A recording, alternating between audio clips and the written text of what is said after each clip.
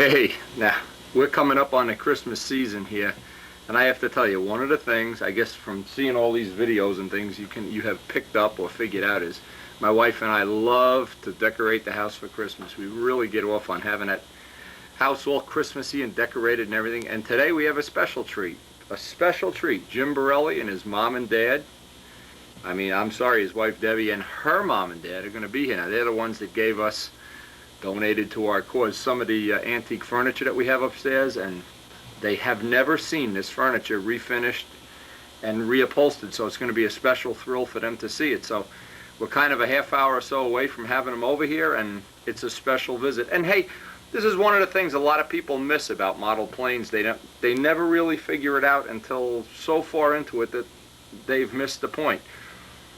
You have friends in this hobby that you usually have for life. You usually don't have them, and 2 weeks later you go bowling, and 2 weeks later you go hunting or fishing or whatever.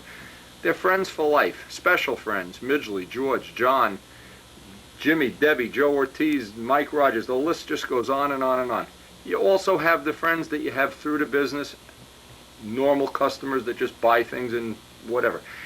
And you have a special group of friends, the friends that do get to see these videos and through the video get to share what amounts to be something very special to my wife and I, our Christmas day, our Christmas time of year, or whatever. So without further ado, we'll take a break from Spitfireville, and as soon as Jimmy and Debbie get here and their parents and Big Al, and we're going to have a ball. It's going to be a good day.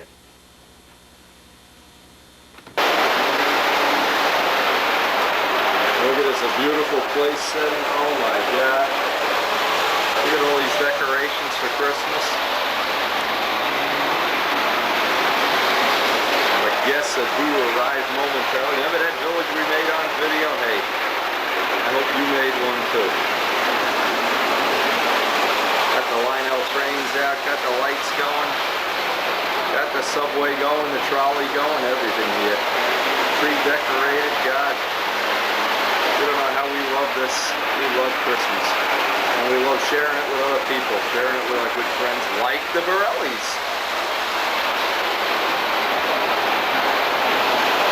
Look at the tree. How much work my wife put into this tree. To Julia. I hope you have a village. I hope everybody out there has a village. Will just send it to me. Send me some pictures or video or something. Got my little airport going. Got the trolley going. Tell me I don't love Christmas. Unbelievable. Really having a good time this year.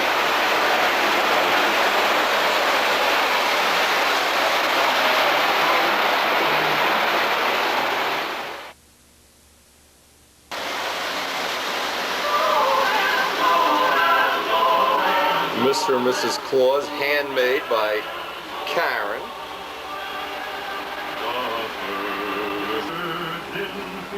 Now look, this is her dollhouse. She even has little presents on the dollhouse. Some little model planes. And of course Santa Claus.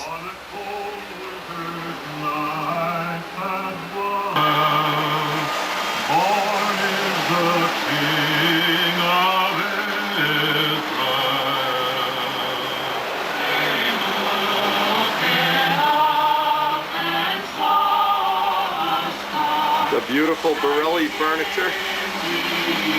Dolls everywhere. You guys out there, buy your wife a doll for Christmas.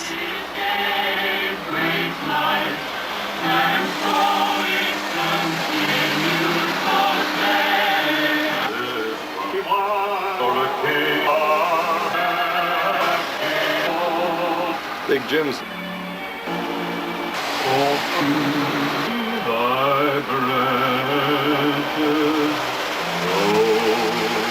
There's Santa Claus here. Hey, I'm on that list. Super Tiger 60.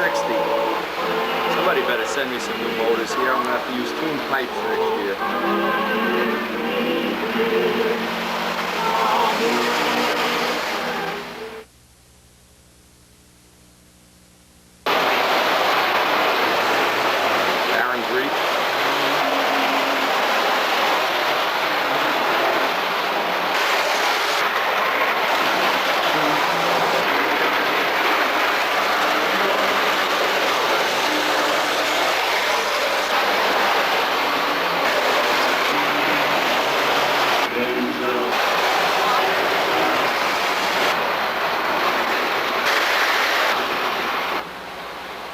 this, of course, for anybody that doesn't know, is the doll that belonged to Big Jim's mother-in-law. Big Jim gave us that doll last summer.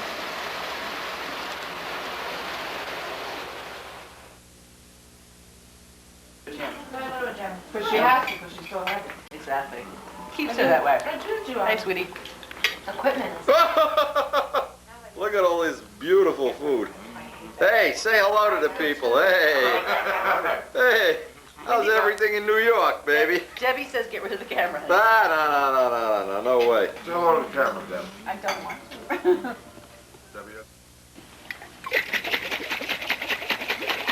to. I've had these little radiators sitting up by the heating vent for a couple of days now.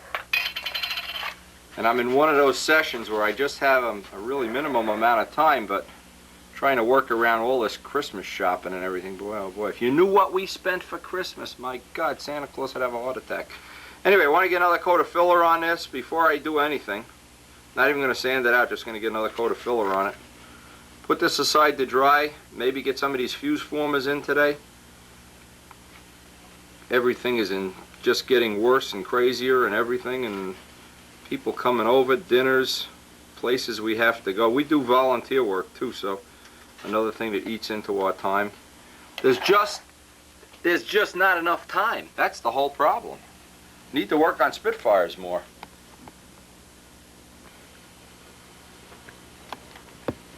Now, the best way I've found to get these formers in, try to divide roughly in half, and again, this is not super critical. You don't really gain anything, or I don't see any advantage of starting at one end, working your way up. Sometimes what happens, you build it where you put a bow, or you build it like it's got a belly. What I found as the quickest way is using a 90-degree triangle to cut the parts, divide this in half, then divide that in half, constantly dividing in half, roughly. And if you have any that are a little bit oversized, you'll see the fuse start to bow or start to shrink. Well, you know, you have to make that adjustment. So at the end of installing every former, you want to trim it down and kind of take a look down. And make sure you're not building in some kind of crazy warp or bow.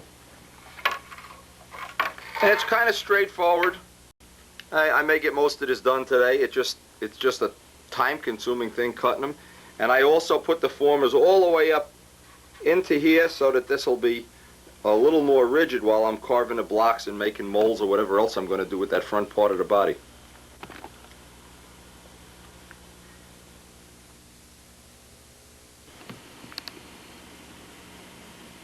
The trick here is always tack a few of these in and just get a look at what you have. See that you're not making some kind of crazy bow. The minute you see you are making something crazy, rip them out. As long as they're tacked in, it's a very easy thing to do. Now, what I'll do is I'll divide this distance in half and this distance in half and try to drop a few more in.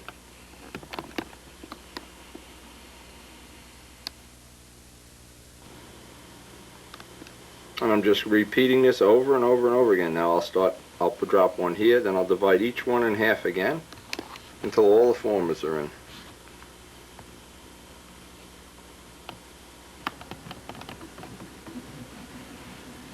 Alright, I finally got all the formers in here. Now what's significant is this really didn't take too long, but a few of them I had to break out and put in a second and third time because they're very thin wood, and of course these are really flimsy.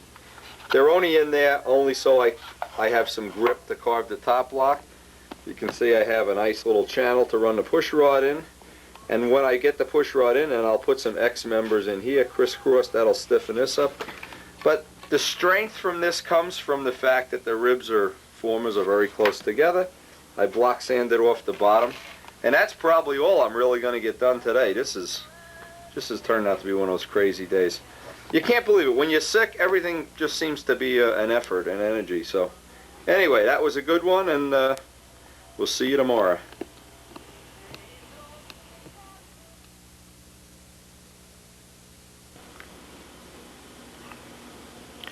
I got a sad note here in today's mail. Kevin Flossinger in Missouri.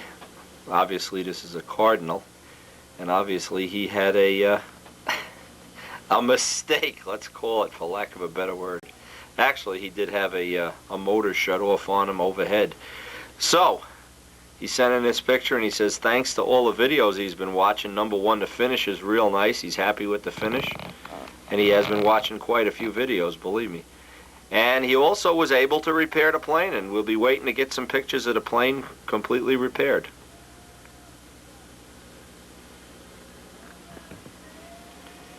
Just another photo from Kevin, and boy, you know how this hurts. Everybody I know, from Midgley to me to John Datavio, everybody, knows what it feels like to come home with the what's in the picture, the plane in pieces. Boy, I hate to even look at the pictures.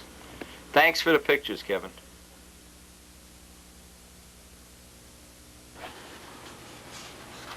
Now it looks like these radiators are drying up real nice. I want to see if the filler is going to sand right out. Oh yeah. I had these parts up by the heating vent. They just dry right up. It's amazing. All right, the other thing, I'm going to try to get this sanded down real quick. I don't want to frame out the other fuselage. I got one here. I probably won't get it done today, but I'm just plugging away at this.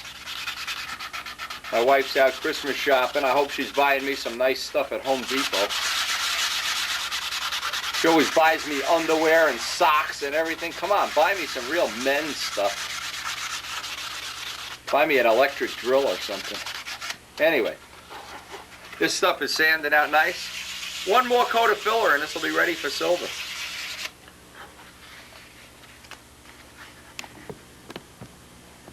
Look how nice that finish is drying up on there.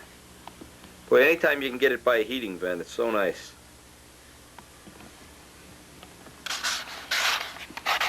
I guess by now you're sick of hearing me say dress off the edges, but I have to constantly remind myself, and I need to sand in on the edge, get the edge inside cleaned off too. One more coat of filler and these will be ready for a nice shot of silver. And we can start framing out the mounting points on the wing, which Joe conveniently has done already, figured it all out.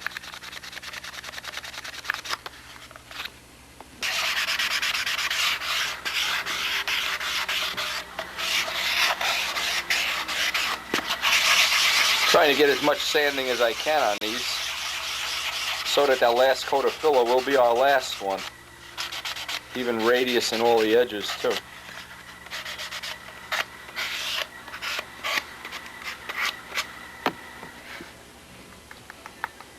Now just what I want. I'm just getting the last coat of filler on here, I hope, what'll be the last coat. And Karen says we're having company tonight. Come on upstairs. We're having company. Man, we get more company around the holidays. Everybody wants to come over and see that village. I don't know, maybe I shouldn't make a village. Anyway, I'm not going to get to work on the fuselage today. I may as well just quit while I'm ahead. Cut my losses. Get some, well, at least I'm getting the last coat of filler on here. And this will be the last coat of filler, and then I hope, well, we shoot some silver on this, or we can work on the body, depending on what the weather is. These are really coming out nice, by the way. Again, I'm getting a good substrate, getting plenty of sanding in between coats, and that substrate builds right up. And the last coat, always try to get the brush marks going in opposite directions. So when we do sand this out, we'll have very little sanding to do with the silver and the M600.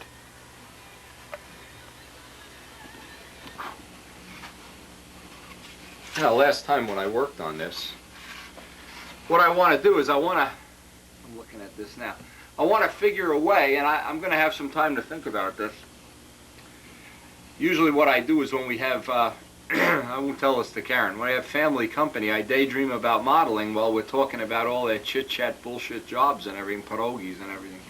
Anyway, one of the things I want to figure out how to do, and I'm looking at this right now, I want to make a template for the bottom of this fuselage.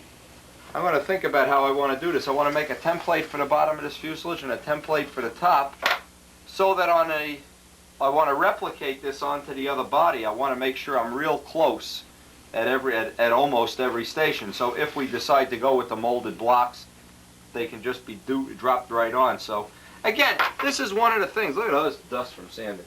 one of the things that a lot of people think, and maybe this is a good time, being I have a few minutes before Nick and Joe get here. A lot of people think, and I wasn't aware of this until I got involved with Joe Kay, my partner at the machine shop, they think a lot of these great ideas that people have, they just jump out of the woodwork, or they come by magic. They don't. You really have to think about them. At least I do anyway.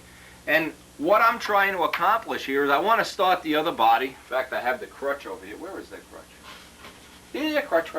Anyway. And I want to think of every step of the way now. I'm going to try to improve how I did the first body onto the second one. Always making improvements. And a lot of times it requires something like I'll be watching TV, and believe me, this is not, I bet you there's other people out there, if they would admit this, you would know it's true. I'll be watching a TV show and it'll be about farming or something I don't even care about. And all of a sudden I'll say, oh, I know how I can get that in straight. I know how I can put that in on an angle. I know how I can do this. I know how I can replicate that part. Well, like the crutches, like the fuselage, a lot of this stuff is nothing more sophisticated than good sound common sense technology. So if you come up with an idea, and there are several ideas here that I've been wishing I had the time to write them up for Stunt News, because obviously there's people that read Stunt News never get to see the video and vice versa, but just coming up with some of these ideas and then putting them where they're useful in the real world is a giant, tremendous thing. It's not a little piddly thing. Now, most of this stuff, the ideas that I'm using, I got from Jim Greenaway. And I'm sure he did a lot of engineering and thinking and whatnot. Dave Midgley has come up with a lot of good ideas. Bob Martens, Adam Musco. And I like to think that I'm kind of the clearinghouse where all the ideas can come in, we homogenize them, we get them on video, or get them into Stunt News, and somebody can use those ideas. But I'm faced right now with having to make, I guess tomorrow is going to be the next time I can work on this, another fuselage crutch. And when you're making only one plane a year, it's kind of easy. You make one and boom, you're done. But what I've been doing every step of the way here is making one, and then immediately, when I go to do the second one, how can I make that better, quicker, cheaper, faster? How can I improve it? How can I in some way make it better? And it's a difficult process, but I feel like this is the first time in a long time I've built two planes in 1 year. In fact, paint two at the same time, or component parts for two. And I really feel like this is an opportunity to come up with some better ideas. I'm hoping some of the block work is going to translate into something that's usable for the people watching the video. But one thing I know everybody that ever watches this video can benefit from is the thought process of coming up with ideas and then translating the idea into something practical that you can make your work more enjoyable, more fun, lighter, faster, bigger, whatever, or pick up more girls in nude bars. I don't know what you can do. But just having these ideas, I feel very fortunate to know a lot of creative people. And I hope that from this project is going to come some more ideas that we can really use. So, all right, I'm coming, honey. Don't worry. I'll get all cleaned up. Man, my wife abuses the hell out of me. It's unbelievable. I'll be right there, honey.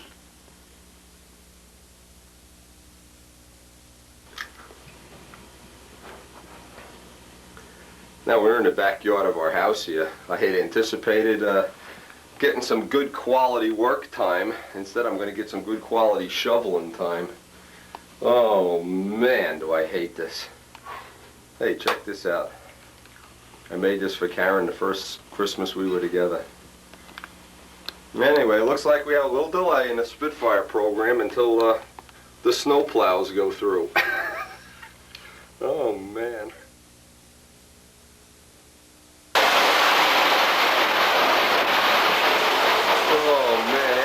Big day of shoveling. Oh, it's so nice. I come in here. Now listen to this, guys. Listen. I want to tell you how you can evaluate a good wife.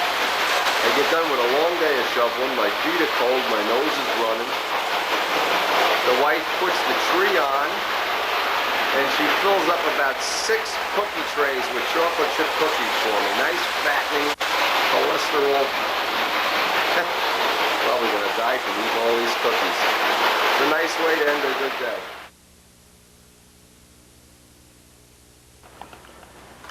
Chestnuts roasting on an open Spitfire. Super Tiger 60s up your nose. Oh man.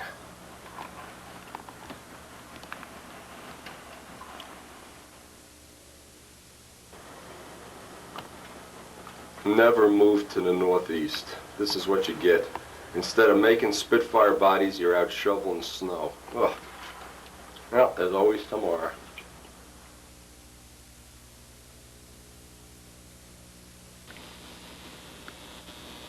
Now, I had a lot of good time to think about this while I was out there shoveling my ass off, so I have, and I'm going to try to use an idea. Again, I don't know if this is going to work, but I want to put it on my list here.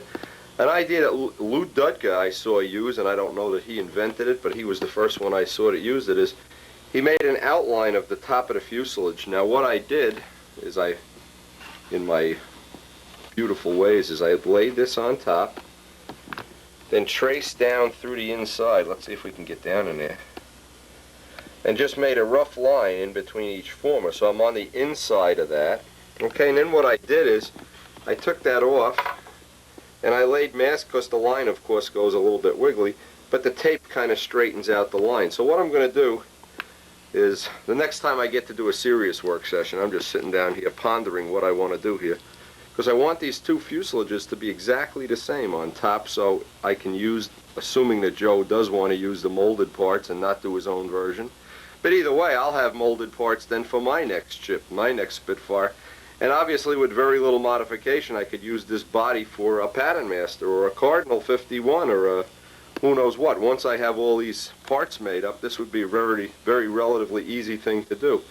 So what I did, and again, I don't know how new this technology is I just use this piece, put the tape on here, and I'll trim this back off, of course.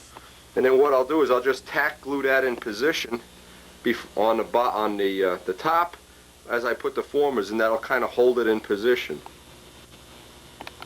Again, this is like a little experiment, and I'll see how it works.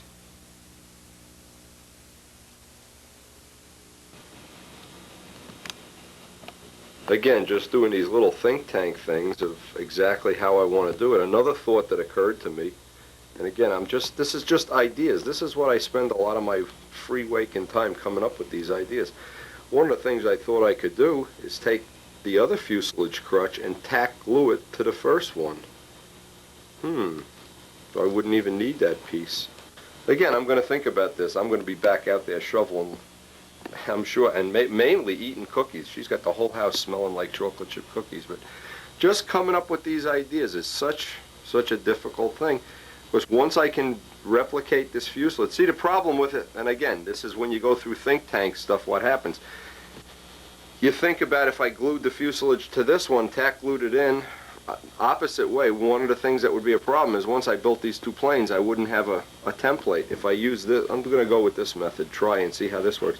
With this method, again, more ideas. This is kind of the Bob Martens thing, trying to come up with ideas. If I do it this way, one of the things I'll have is a pattern, and I'll probably mail that out to Bob so we can put it right on the plans. But I can then, hopefully a year or two from now, or supposing Jim Damerel wants to use this body in one of his planes, well, we'll have molded parts, we can replicate this body in a very short amount of time. So anyway, I think I'm going to go with this kind of Dudka thing. And it might not even be Dudka's idea. Keep in mind, Lou did have a lot of good ideas in the time that I knew him. And in the time that we competed, it was always a good time. I kind of missed the guy out of the hobby. It was always fun competing with him.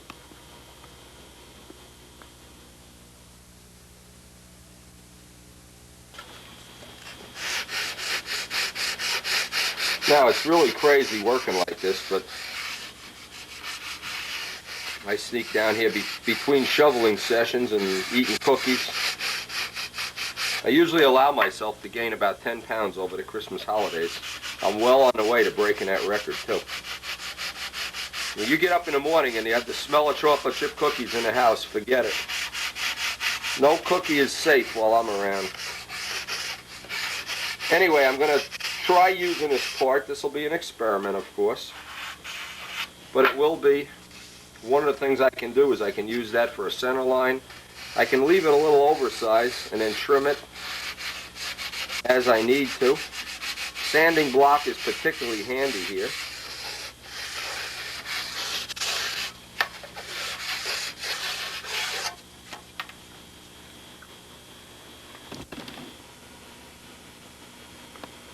Now, I won't get to do it today, but when I get to work on this, probably the next day, if it ever stops snowing. I have this, and notice that this fits right inside. Now, we're not talking about thousandths of an inch here. I would say if this is within a 16th, it'll be just fine. But what it'll allow me to do is make the two fuses exactly the same. And what I'm doing, I'm referencing off, you see I have the flap elevator hinge line marked on the fuse sides already because I need to allow for room for the Rabe rudder linkage on one side, and I need to allow for that horn clearance in there. Again, the only thing I'm suspicious of here is when I actually physically go to put the tail on, and I won't know if that nut will be in the way in there. I'll have to see. If I need to move that nut, one of the things I can do is move it to the bottom. The top, I can rearrange that very easily if that becomes a problem. But anyway, I did get this done. I'm still dying with this head cold, believe me. Boy, I don't even wish this on anybody. This is unbelievable. And I think this will be, now just one final thing, as I'm out there doing the next round of shoveling or whatever, or the next round of eating cookies, one of the things I can be doing is thinking about how I want to frame up that second crutch. And I'm always looking for ways to improve it. Always, always ways to improve it. So that'll be the goal for the next session that I can get in the shop here.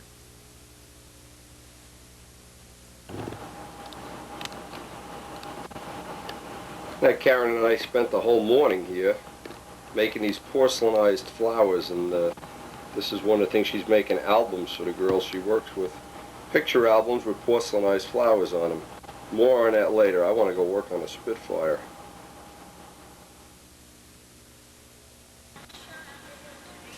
See, this is what happens. My work table gets all put aside for flowers. But luckily I got her. She's upstairs having coffee. I can get a little work done on a Spitfire. What I did, I just framed this out while she was doing flowers. The same way I did, put the bulkhead in, glue the crutch together, and put about every third or fourth former in, just to get some rough curvature. Now I'll fill in each one in between and try to maintain that nice constant curve. Now what I did, I tack glued this piece into position. Again, I don't know until this is finished if this is really going to pay or not, but it certainly gives me one more option, one more choice, and I'll see once I get all the formers in it and I can cut that piece out.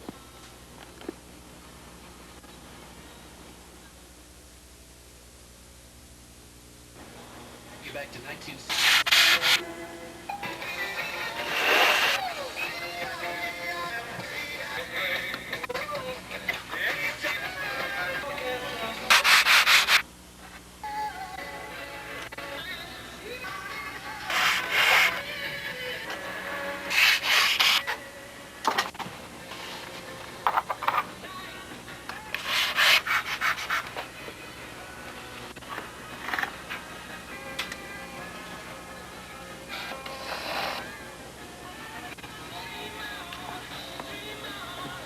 Now I have almost all the formers in here, and I'm ready. I got to just go back here, and this is just a redundant thing. That's why I'm not putting the whole thing on video. One by one by one, and I'll fill in any of the gaps. I don't know. It's just I've been trying to work every third or fourth rib, work it up, and it's gone pretty quickly. I have to say that for itself.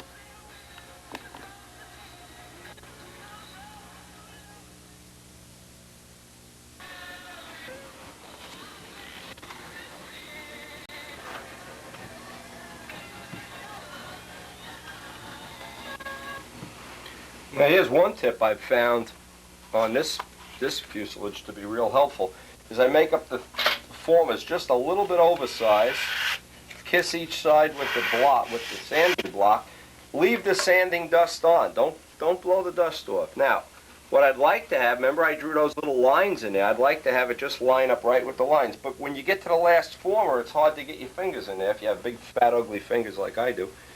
So I found a machinist ruler is a good way to just get it lined up with the lines.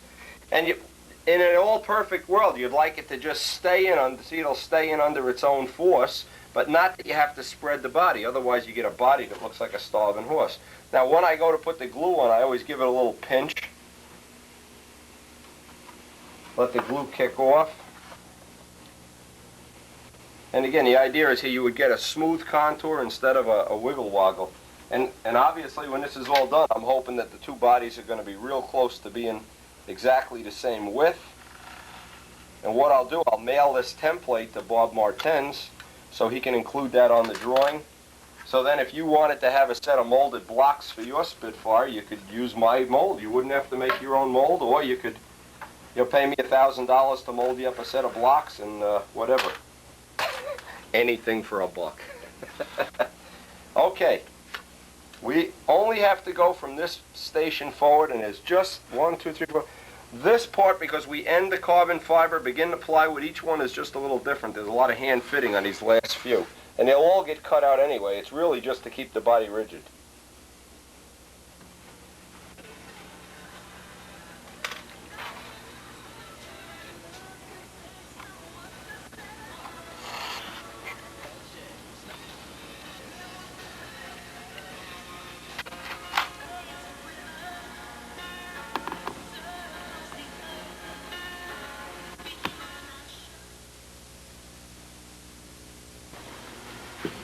Now, while I've had a little bit of time to think about some improvements here, what I thought about doing, let's just see if I can think this through. I may leave this piece in here while I'm carving the mold. Now, the idea of carving with this piece in here, it'll add some rigidity. I can lean on the fuselage a little harder. Now, all the formers are in here rough. One of the things I do when I get all the formers in like this, I need to sight down it. I don't know if I can do this way or on the macrons, but you can see there's a couple little, I'll call them wows or whatever. There's one right here. So what I can do now is, where that former is, let's see if this former is just a little bit too big. One of the easiest ways I know, rather than go ahead and make a whole nother former up, I can just zone a saw right through the former.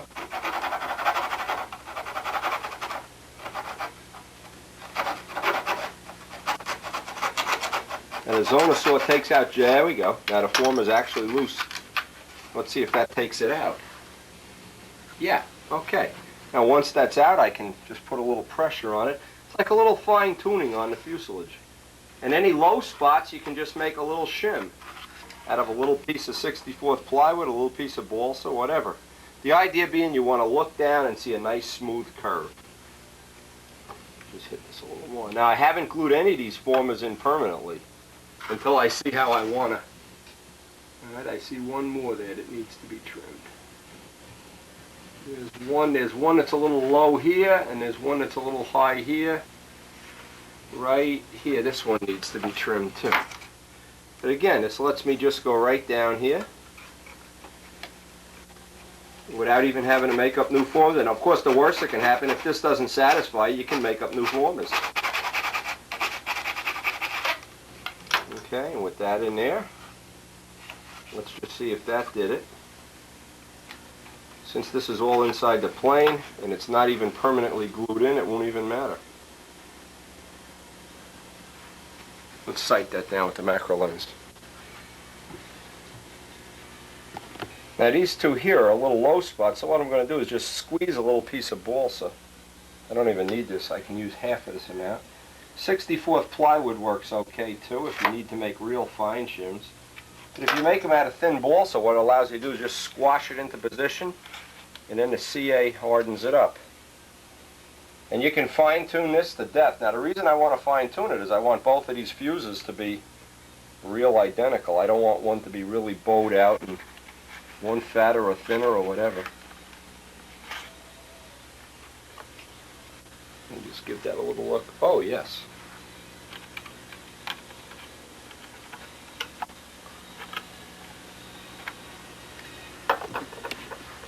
Let's let that kick off. And it just acts as a little shim. You can even trim that off inside, make it fancy if you want. Now I can just kind of sight down it.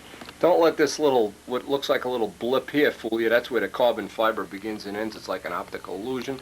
And I don't have the front former in, so I really can't tie the nose section. I'm just looking for a nice even curve in this area.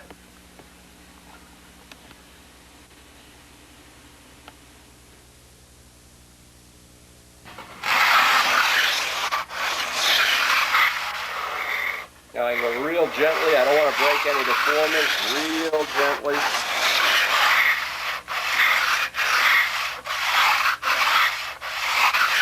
Get a nice flat edge on there.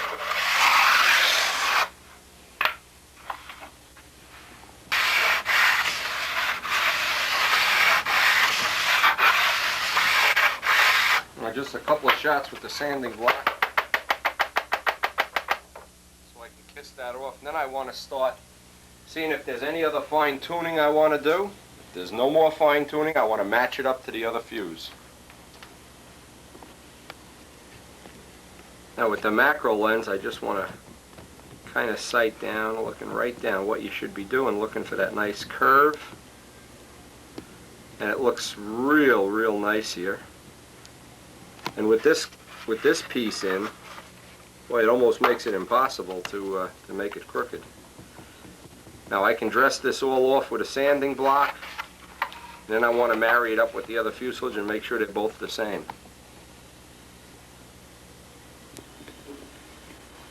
Now I laid the two fuses one on top of the other, and that is about as close to getting two fuses identical as I have ever done. Or I don't even think it's possible to get it any closer than that. So that'll allow me, and of course I've flipped it over and done the other side too, it'll allow me, if we do decide to use blocks, we can always go back and use blocks, but it'll allow us to use a molded part that should fit. And if you use that piece off the plans, it should be you could use that same molded block even on a Cardinal or on any plane. Once you have established that shape for that back of the fuse and the way you're going to do the formers, you should be able to use molded top and bottom blocks. As long as we don't change that shape of the fuse, we should be able to use them for a long time to come. So it'll obviously save a lot of money buying the blocks, the work carving them and making them, and they'll be a lot lighter, I'm sure. And we will be glassing the nose, so we don't even have to worry about that front.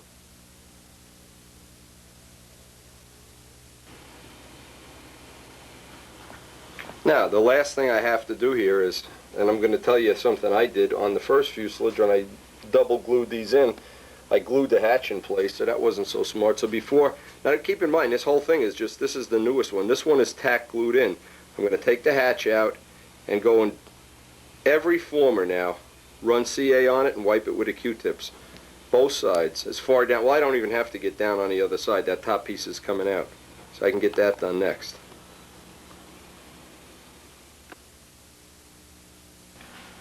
Now I can just start at the front here. Do about 3 at a time.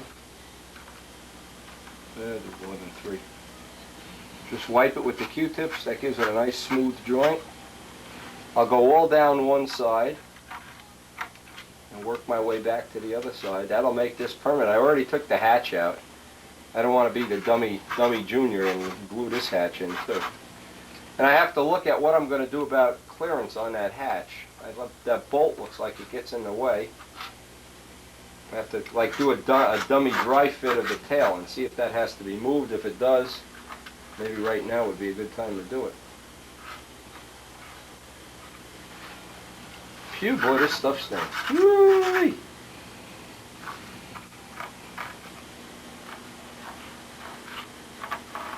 Again, once I have that top piece figured out, boy, that allows me a lot of choices here.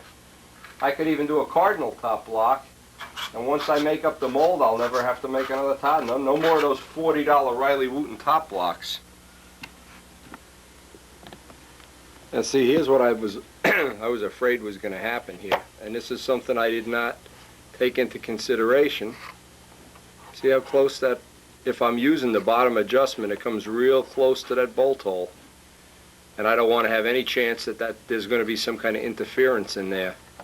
So what I'm going to do, I'm going to re-engineer up this bolt so that this bolt is further back and put a little tab on here. I don't think that'll be much of a big deal, but these are the kind of things I like to check out ahead of time, and then I'll do the other fuse too so that Joe doesn't have to be bothered with that when he gets his, and they'll be kind of the same.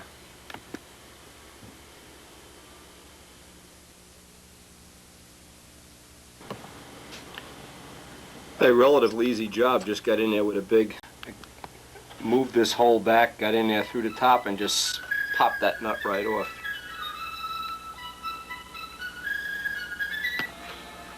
Now by far the best way to make a little tab for this, I'm going to start by gluing 2 pieces of 16th plywood together. This way I have all the grain, more of the grains going this way. 2 pieces of 16th glued together is always stronger than 1/8. Simple reason, you have more grains going in one direction, more laminations.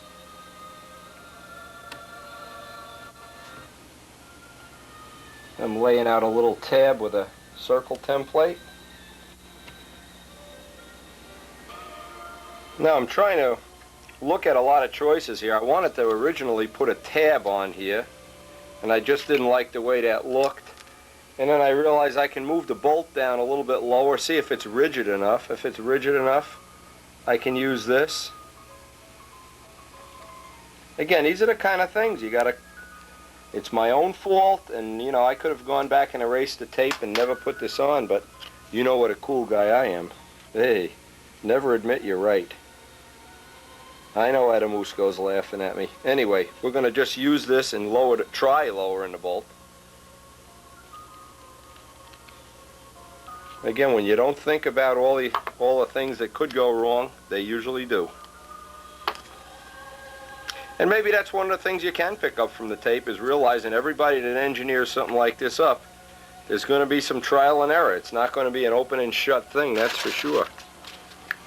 Now this is just a patch to cover up where the old hole was. And we'll see how this looks when I'm done.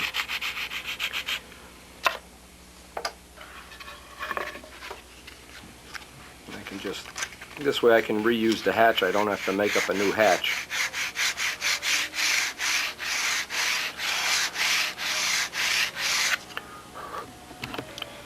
Now I marked this fuse where the lowest throw of the horn came here, so I probably can get away with having the bolt right here. Again, this is going to be a hit or miss deal.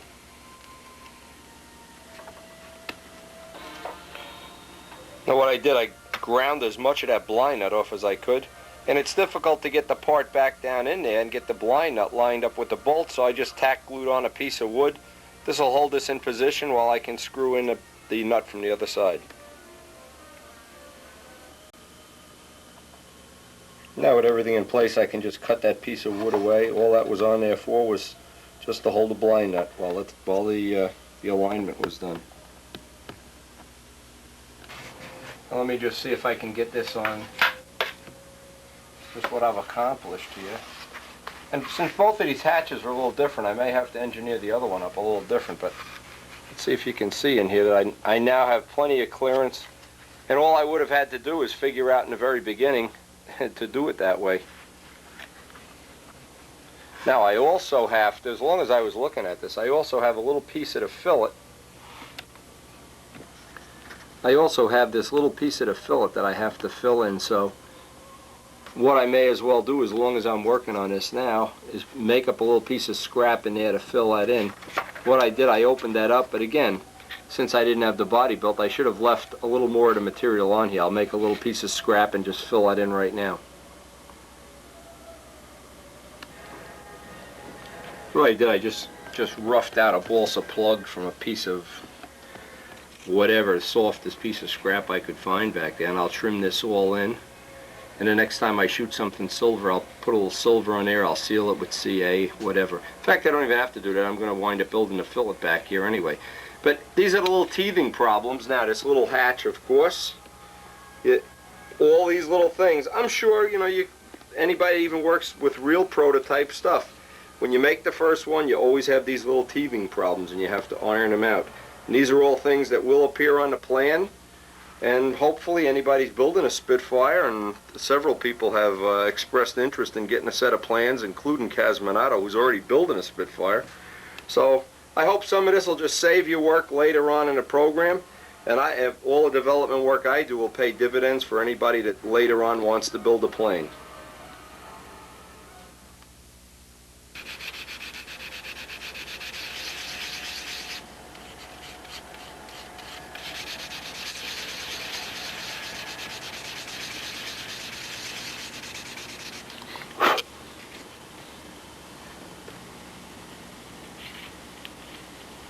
As always, get some CA on there, Get that Q-tip going real quick, rotate it.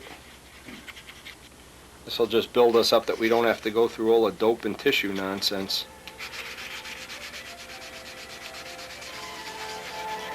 As a real quick repair, if it's not nice and even, I'll put a little bit of that green stuff on.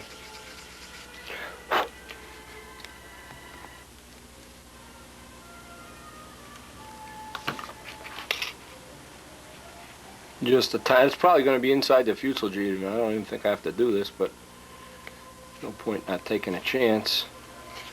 We want perfection.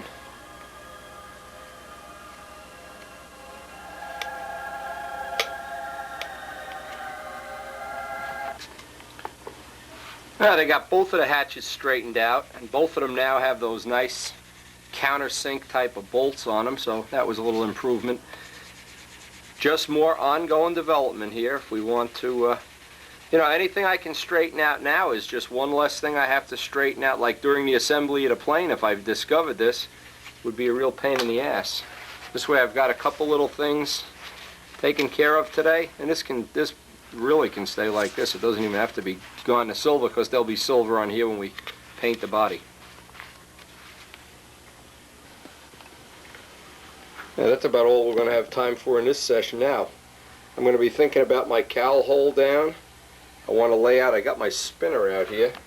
I want to get some nose rings cut up.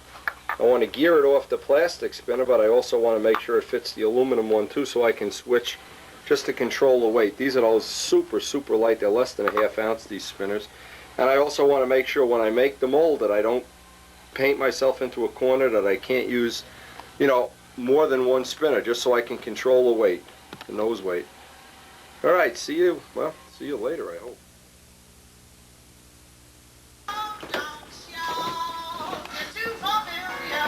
No, Willie, go!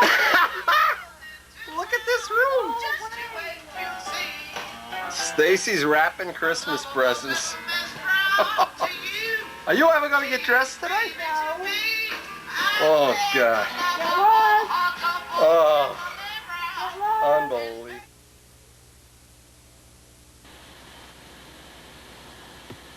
Now, early this morning, I got up early to shovel snow.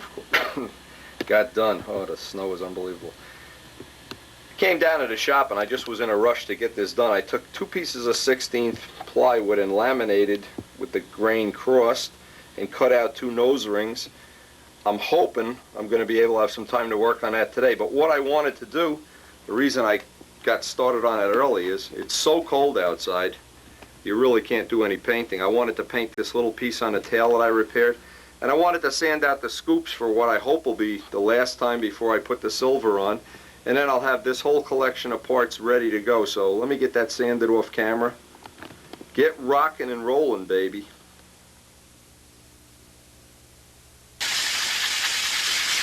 Now, because these parts were so nicely made, actually, when I got them from Joe, they really have taken a minimum amount of work to get them up to this stage.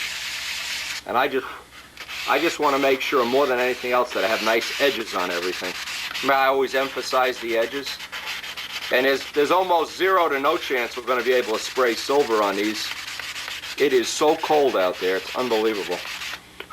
But I'll have everything ready, so this is one of the techniques you can always use to your advantage. Is it would be pretty dumb to wait for a nice warm day and then start sanding. At least I'll get this all sanded out, and hopefully, you know, it'll be warm one day this week, and I can run out there and spray everything silver all at once. But when you start with nice parts that are in nice shape to begin with, putting a nice finish on them is really a joy. And when you start with stuff that's all full of crooked edges and where I hardened these up with CA, the edge is just coming out perfect. So I'm going to get these ready and just hope for some warm weather. That's the whole deal now, is to wait for some weather. If you paint when it's as cold as it is out there right now, forget about it. Number one, your hand freezes to the gun. I've had that happen, where you can't even take your hand off the gun. And the paint really doesn't dry the way it should. It really doesn't go on right. It goes on way too thick. You wind up putting too much thinner in the paint so that you can spray it. Kind of a pain in the ass all around. But I want to do that piece of the tail. Actually, Mike's stuff looks so nice. Mike's stuff is ready to take home. But Mike's workmanship is always first class, so. This is almost like doing little foam wings here. Without ribs, everything just goes zip, boom, bang. You can get done in almost no time at all. And if I get time later today or tomorrow, depending on what Karen's routine is, we'll get some work done on that fuselage.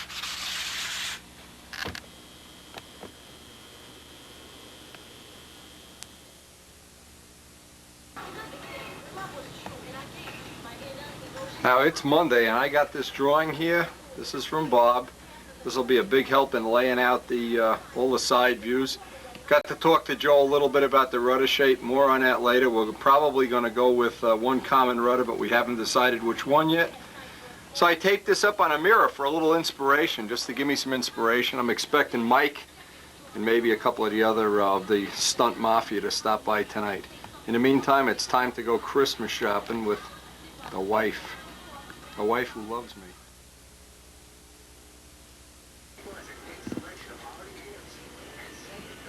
There's Brian Kiefer's Christmas present. We're just waiting for his old man to sneak up here from Philadelphia and pick the damn thing up.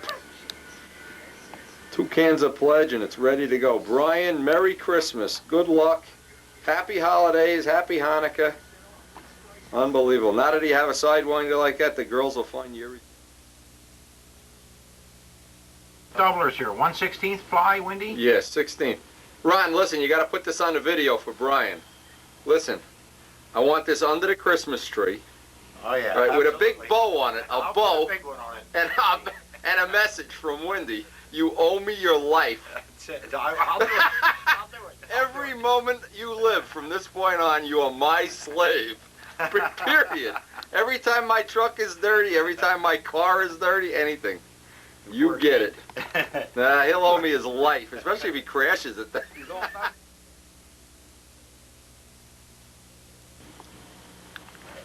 Now, it's Monday night, of course, and the Sidewinder is on its way to Philadelphia for Brian's Christmas present.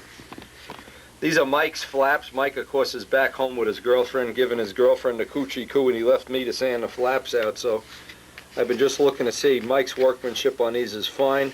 Like the foam things, it's pretty much a mirror image of the tail. I'm just going to sand this out, get a coat of silver on it as soon as the weather warms up, and then get a final sanding of silver. This is more parts to Mike's plane. Then he's going to weigh it all out, and then the last step is we're hopefully going to assemble it right on video here. What we're trying to do is, George is, he's still on the phone. We're trying to get, tomorrow John DeTavio is going to be here for the whole day. George is going to be here, and we're going to try to get this big Tsunami wing over here all put back, sheeted or whatever. The gear block's finished. My wife's craft stuff is taking up half of the cellar here. It's Christmas, baby. What can I tell you? And of course, the old Spitfire is sitting over there waiting for some silver on the radiators. Monday night at Win.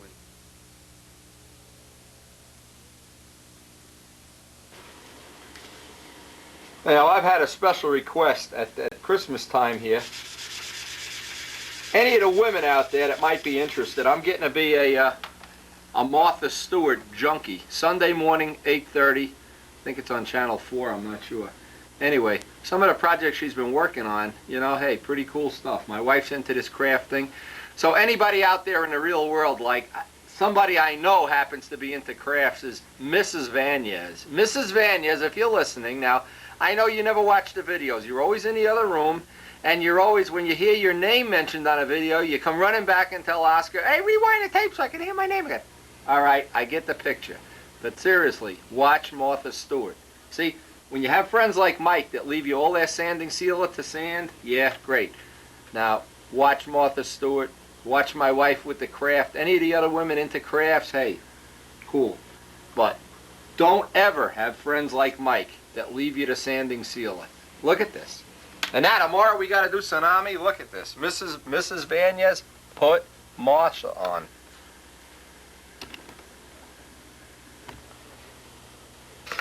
Now, the ultimate kick in the ass is 60 Minutes Sunday had on a thing about Martha Stewart. And Martha Stewart, I'm watching all these little craft shows on Sunday morning with my wife, having a cup of coffee, watching how to make pumpkins and how to make jack-o'-lanterns, and thinking, oh, that Martha Stewart is just like Wendy. She makes these little how-to videos, and she's an old woman, but hey, you know, Wendy's an old guy, and yeah, she's gray, but I'm gray.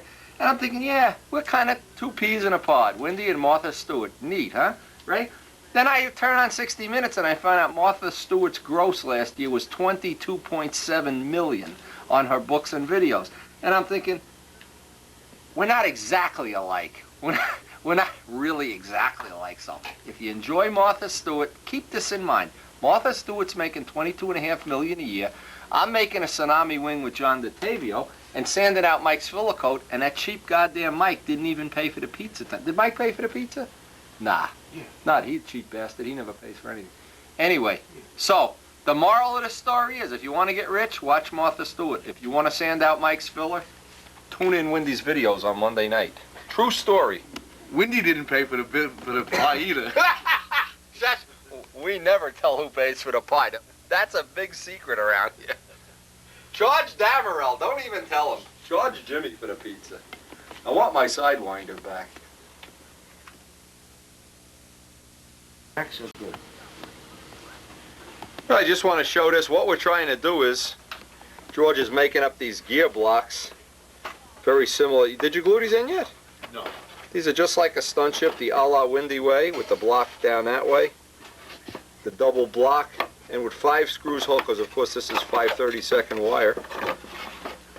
Kind of like using stunt ship technology to hold these in. Of course, the only difference is this is one giant 6-foot span wing here, kind of large. And we're just trying to get everything jigged up and set up for tomorrow. John DeTavio is supposed to join us for the day. And maybe we can even get Oscar Vanez to join us for the day. Hey, good luck in New Mexico, man. I heard he just bought a big, called me last night or tonight, telling me about this great place he found in New Mexico. Built-in flying field in his backyard. He's inheriting a lot of money. I don't know. What are you going to do, put the shear webs in here? Yeah. All right, pop the shear webs in there. I got some other stuff to do, and I would start at the middle and go maybe 2 ribs past the gear block on each side. You know, it can't hurt. It isn't going to add that much weight, even if you go a little further. I'm gonna go right into the fuselage. Yeah, right, absolutely right. What's that, George? Well, last night after the mafia left, Okay, we got the shear webs in. Oh, look at, he's putting gear blocks in here. Look at which this. way do you go, George? Oh my God! Look at the size of these gear blocks. What are you guys making? A real airplane here? God. Hey. Anyway, while they're look at the size of these blocks. Anyway, while they're doing that, and I'm gonna make up a crutch for John. Look at this box of wood he brings over here. $500 worth of wood, and then he says he has no money to buy lunch. So we're gonna probably get as much on big Tsunami done. Got the big body down here, sitting here. Maybe even get the wings skinned up today. Got the bad news from the foot doctor. Got to go for a foot operation, so that's in the bank. Anyway, and I'm going to, I'll go out in the other room and I'll start making up John's crutch. He's got, see if there's a motor in that box, George. Yeah. He's got a VMAX in there. I got to make up a crutch. How's that coming, right? Oh, yeah. See, here's what's real nice. Remember the other day we set up the saw to make extra mounts? Now we have extra mounts. We don't have to go back and set up the saw.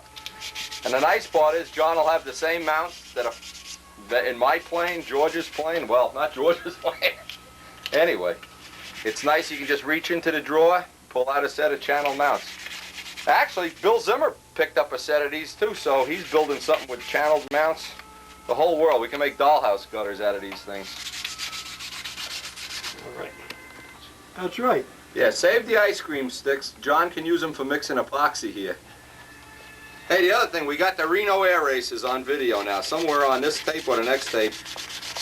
Damarel called up and said they're on TV, record them. So I got some of the recording, and of course the winner was, Strega. What was the guy's name, the winner? He was, English, or something? Strega won this year. Strega? Yeah, that's another nice one, yeah. Now here's one thing that's handy is the motor that John's using is my old VMAX Nats motor, but the holes are all elongated out. So luckily I have that pattern that I showed. Let's see if I can show this up close. Turns on it. And you know what? And that's a beauty. See how that motor is all hogged out? Now I have one that has the right hole spacing on it, so I can make the crutch up using the right spacing for the motor. It's always good to have a pattern, especially if you go and open it up. Yeah. Now you set it back down, George. All right, my man. Now, I don't think you're going to be able. I'm going to cut right. I'm going to take the shoulder saw. I'm going to cut right down through it. You better leave Windy the hell out of this. Yeah, all right, man. You want a straight crutch? Look at this. Look at this. Will you? Hey, Jose Modesto said he may stop by today to say hello. He's going to be working in Newark. No kid. What's he up to then? I don't know. Okay, now, this has to be... You're sitting in the air. You got the ailerons all cut out over there, John? Yep. Yep. We mark this right. Okay. Now, we want... Boy, it's nice having these parts all pre-made, John. Oh, yeah. Thing goes together like beautiful. Right. So, in other words, here, let me cut you the first one right off. Now that nice little tool I had made up that's recessed the blind nuts, boy, this just goes together so nice.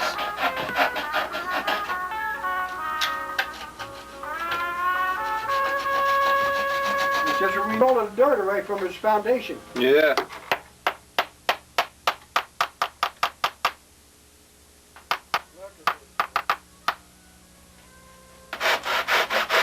You got the aileron cut out already? Oh, you got both of them cut out. Oh, absolutely. Hey, you guys are getting ahead of me here. Yeah, I'm a little embarrassed. Yeah. All I got is a half a crutch, maybe. Oh, man. What are you doing, George? You're quiet over there. That means you're thinking.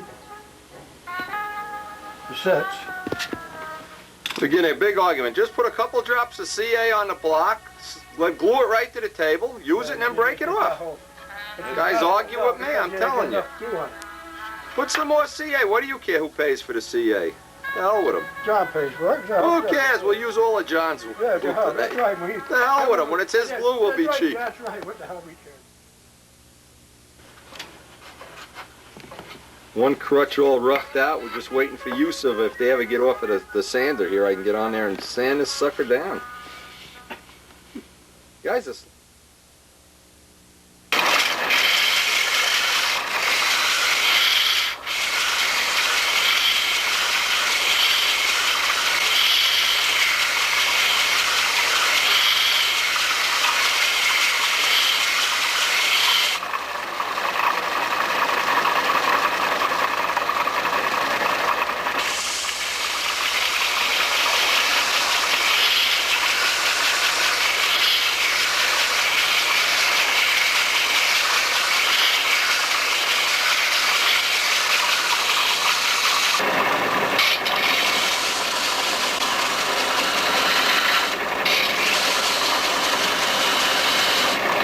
John, you gonna use a 2-inch spinner on this?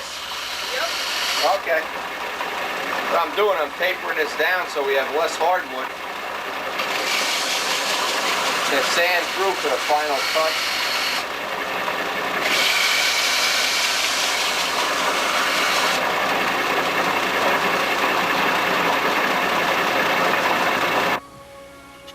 Yeah, I got the last shim on here now, John. I'm just gonna sand this down, and I'll start cutting up the fuse sides and the doubles for you. Okay. How's the ailerons coming? Oh, great. I get all the Yeah, I blocks see. in. That looks good. George has got the hinges in. Yep. The little hinge pockets. Well, they're getting these right in. So you guys like my method. You glued this to the table, it worked good, huh? Oh, great. I know George will be on his knees later saying, boy, Wendy, you know your shit. I don't care what they say about you.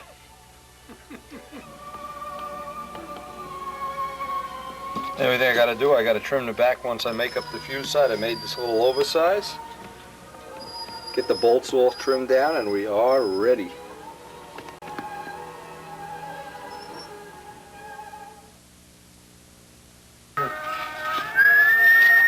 There's a square. Bada bingers, huh? You hear what he called us, don't you? The Bada Bing crew. Hey, Come on, you guys never had more fun in your whole life. That's right.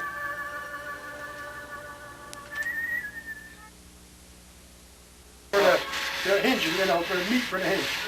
That's all right, that's right. Fuse side wood is real nice, John. Huh? Fuse side wood is real nice here. I'm really impressed. You got this from Vinny? Yeah. I Wow. bought the whole thing. There's a couple. Yeah, I know. I hear you. You lucked out. It's good wood. Nice and straight. Didn't spring at all when I cut it. Super wood. Well, I figured, Jesus, you know, I finally got a chance. In all my years, and I finally walked in when he got his order. Yeah, right. You do that once every 10 years, whether you need it or not. That's right. Hey, now, what's that? Hey, you know, it's coming up on lunchtime there, Bada Bing. Okay. What do you think? You worked me hard enough today? Okay, Bada Bing. Okay. Time for lunch. Measure. Get the servo boxes in, the ailerons cut off. If the riblets break, it won't hurt nothing. I thought you guys were more highly skilled in this. You lied. You lied on that job up. Yeah, skin. You think you get the skin on after lunch? Yep. Oh, mama, what a You guy. bet. We're gonna get the skin off. George, is he gonna get skinned this afternoon? Well, we may if you eat light so you don't slow you down working, you know. It's, Forget about it. We're gonna eat light. Yeah. I mean, I'm...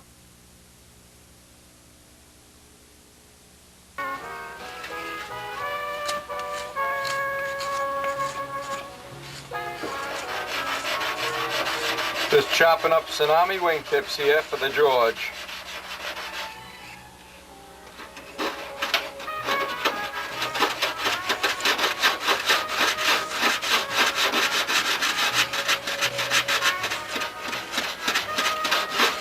Well, I hear a lot of sanding going on back there, Bada Bing. Yep.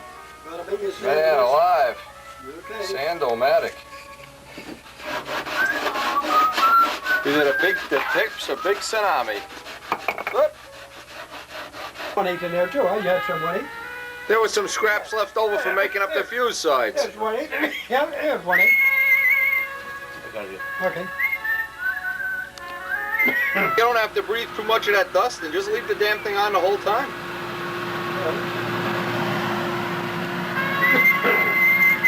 Breathe deep, the gathering gloom. Oh my God.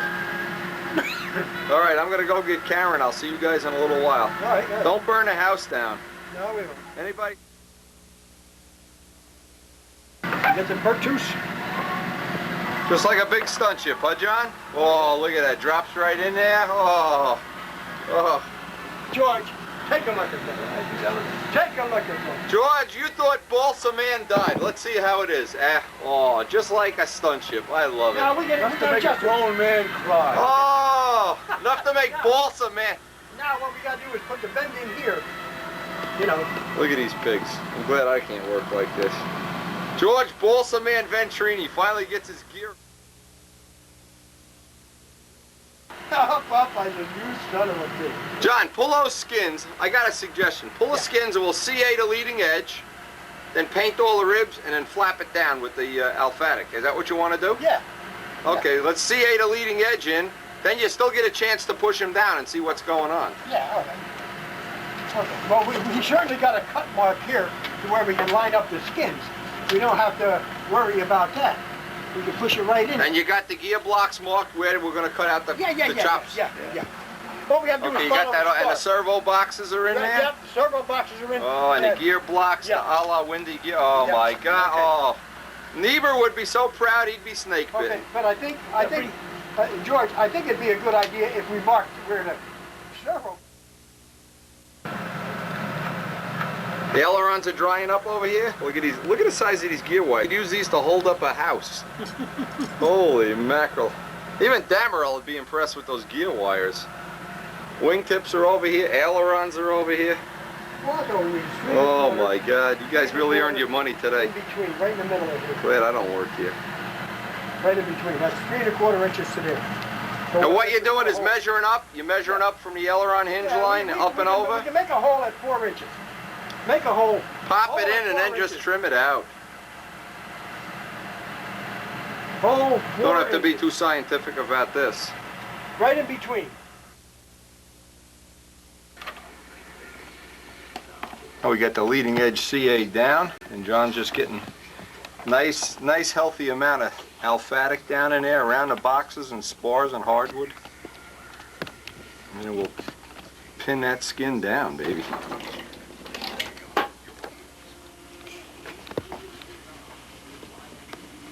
Yeah, you don't need the pins in the ailerons anymore, that's for sure. No, they're just right. Even if you catch every other rib, I think it's going to be fine, John. I don't think it'll be a problem. No, there'll be no problem. I'm just getting, you know, I'll get them as much as I can. Then we'll just reverse this, put the skin on the other side, and do the same thing on the opposite side. That's good.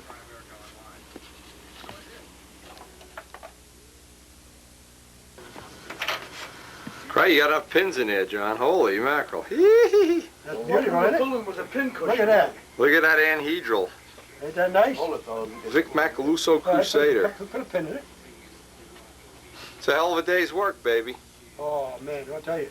That's a big one. I'll tell you. I have to come back I don't care what Damarel says about you. You were worth every slice of paper. Huh? Real thin. Okay, what John does, and of course John is a carpet installer, professional carpet installer, he's got some kind of, and we don't even know the name of this tape, but it's a professional tape that they use to stick carpet down to hardwood floors, concrete. Yeah, I guess, anything. And just for laughs, what we're going to do, not for laughs, we're going to really see if it works. Take a pair of doublers, and this permanent, this is really permanent tape. Once you press this down, you cannot pull it off the wood. It's got such an aggressive glue to it. All right, so cut a piece. We did one as a test off camera just to see if it was going to be, you know, hopeless. It looks every bit as strong as when you epoxy stuff. So John is going to do one on camera here, and what we're really looking forward to doing though is we're going to make up some wing skins. I'm going for my biopsy tomorrow, so tomorrow's a shit day, but we want to get a day that we can do some wing skins and do a foam wing with this tape.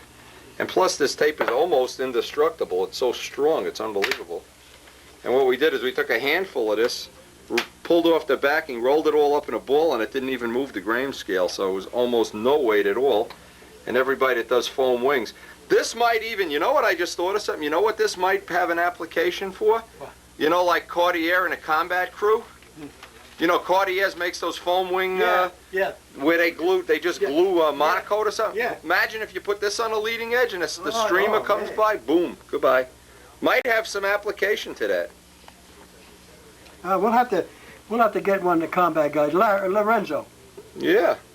Well, Larry, of course, but he's not really active, you know, like Cartier is. Anyway, we're going to try doing some doublers with this, and of course we're always trying to experiment on something. George's big wing is over there, and boy, there's 1,000 pins. It's sitting over there and with all the wife's handicrafts. But we're really interested. I don't know why. I'm interested in seeing how this fuse is going to go together. And again, don't make any predictions here until we see. John's going to be the first one to stand in front of the plane when we start it. It'll be more interesting how it comes apart. No, I don't think that'll be a problem at all. The only problem I'm worried about is that somehow fuel will get in there and that stuff won't react. But we tried putting it under the fuel, right? Yeah. That didn't make any difference. No, So. didn't make no difference, no. All right, so. But hey. You're not going to know unless you try it, that's for sure. That's right. Don't be a rocket scientist without a rocket, you know? Talk is cheap. Pizza is cheap. Right, now what'd you do? You put the tape on the balsa side first? Yeah. Okay, and then you put it flush up against the sanding block? Yeah. So I don't position a doubler in the wrong spot. I got you, yeah. The main thing is to get it as close as you can without. Yeah, I hear you. Now we have the double face tape on. The glue side is down on the fuselage. Okay. And now we're going to put this on. But before we do that, we want to get a block of wood Now let George hold the wood. so we can hold that on straight. And now I'll peel the paper off the tape. And you'll find that the tape is so thin, it's just, you can't even see it. I don't know what the thickness of it is, but we could mic it to find out. You wouldn't be able to mic. It's only a couple thousand, not even a couple thousand. I don't even think it's that.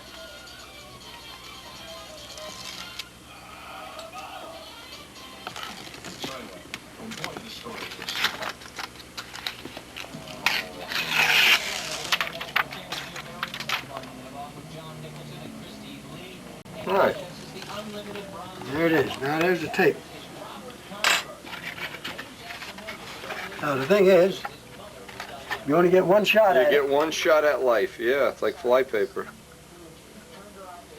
So the idea is, is to get it, Yeah. hold both of them at the same time, and get it in there, Get the top edge and then let it flop by and itself. then let it flop down. And that should be pretty close, I think. Nope. I'm going to give me some extra here to play with, but You got the parts are oversized. You don't have to be too fussy with it. yeah, but I'm missing. I can't see. Right there. There it is. Okay. But the All right. block's holding it Okay. in alignment, isn't it? Sure. Huh? The block's holding it in Yes, alignment. yeah. You get a good Okay. alignment with that, right up and down There the she joint. goes. Okay, press it down, baby. That's it. Sit on it. Drive a car over it. Yeah. The Wendy said about. Oh God. I'm just reviewing this video. We got the Reno 96 Strega Victory. Somewhere on the tape I'm going to have to put, this is only about a 10-minute segment I got off ESPN. I'll try to put it on somewhere on this tape. Oh, it is. Dago Red, Strega. Oh my God, back to this later. I got to watch this. At the 32nd running of the Reno National Championship Air Races, I'm Marty Reed along with John Nicholson and Christy Lee, and this is the Unlimited Bronze Division. One of the competitors is Robert Converse. If the name sounds familiar to those in aviation, it is. His mother was Diana. She was married to a man named John Cyrus, who turned her on to aviation, to flying, and he went away to the war and died in 1945, and she took that love of flying just to the nth degree. Her first airplane was a A-26 that she established world speed records with, and her name is Diana, which means goddess of the hunt, or the huntress. So all of her planes had the huntress on them. She established a lot of world speed records when she had her A-26, and she also owned a de Havilland Mosquito that she flew around the world in 1950, and she died in 1955 in a flying accident down in Mexico. One of the things that I've always wondered about with her dying so young in my life, being 2 years old and growing up, am I on the right track? But one of my first cross-country flights, it got really rough over the mountains around Bakersfield, and I just felt her with me, and I still feel that she's with me, and it's a real deep thing in my heart that she's with me no matter what's going on. I know she's inside of me, and I carry her with me at all times. She's inside, right here. A great story by a great pilot, the Huntress 3. Not up to where he probably wants to be in this competition. He's trying to chase down that man. In fact, everybody is. That's David Price on the far end of the race course, John, and he is pulling away from the field. David Price, who qualified at only 331 miles an hour, Marty, going more like 350 now. In fact, in the semis yesterday, there were only 5 seconds between first and fifth place. Now, these guys are going for it, going all out, a lot faster. And, of course, the reason for that is you've got a whole year to fix whatever you break. And as they say, you don't get to kiss the trophy girl for second place. Is there a trophy girl here in Reno, Marty? Well, it's a saying, and they say it. Here once again, Brent Heisey and that beautiful Miss America, and here's David Price. Looks like he's going to take it home, but I think Brent may try to make one more run out of Marty. They head for the final pylon. Yes, and you're right, John. He has closed the gap, but he's going to run out of time. David Price comes across in first place. There is Miss America with Brent Heisey at the stick, and that's second place. Third place will go to Kevin Eldridge. What a comeback. Over a year ago, he's bailing out of his Super Corsair. Today, he's crossing the line in third place at the Unlimited Bronze here at the Reno National Championship Air Races. The speeds 352, 349, 329 with Lefty Gardner and Robert Converse rounding out the top 5 finishers here in the Unlimited Bronze division. What a great race and a great result as we take a look now at the Red Baron Squadron performing for us at Reno. We're back at the 32nd running of the Reno National Championship Air Races, and during the race week the planes are not just limited to the airfield. Here they're on display in the parking lot of the Reno Hilton so that people can get up close and very personal. Also, the Canadian Precision Flying Team, the Snowbirds, made a spectacular flyby over downtown. Made a lot of people look up and take notice. It was quite a sight watching these highly advanced planes fly in perfect formation over the city of Reno.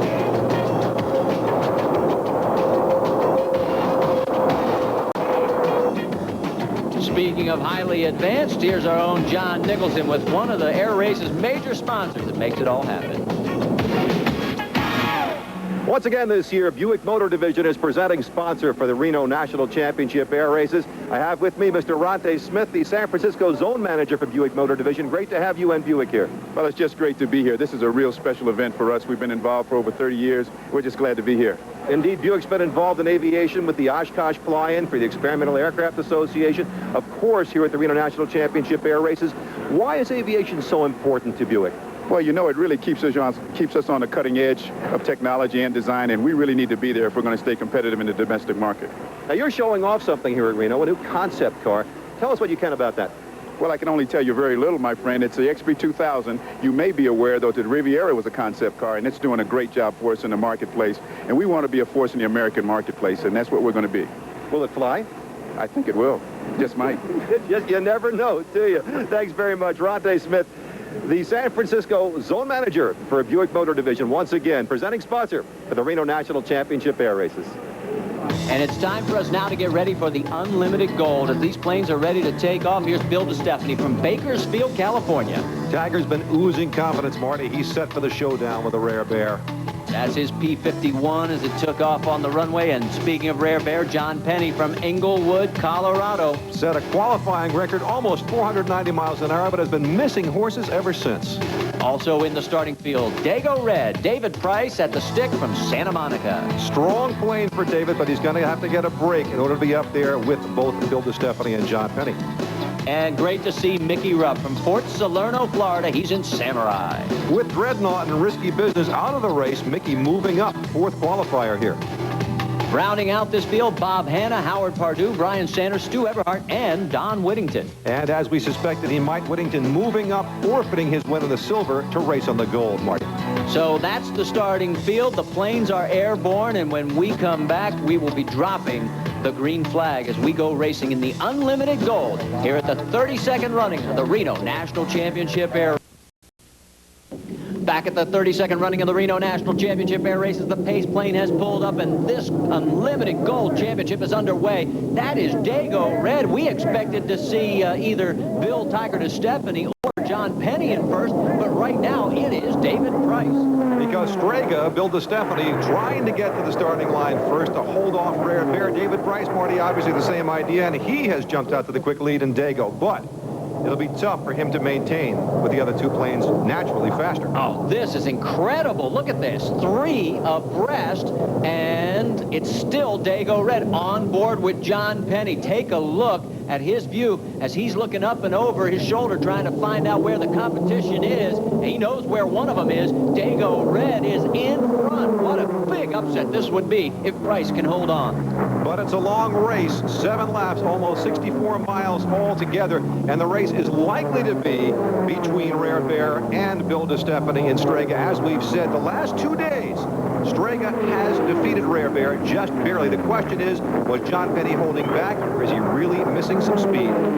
Well, I'll tell you what, he's missing something right now. He is in a distant third, John Penny is. take a look on the low side. That is Strega with Bill Tiger DeStefani, and he has gotten around on the outside of David Price, who's the high plane there, and then third, just going out of camera range to the right, that is Rare Bear. This is absolutely amazing at the performance that Bill Tiger DeStefani, all of a sudden, he put the throttle forward. Do you think maybe he was waiting to see what the pace was going to be in that first lap?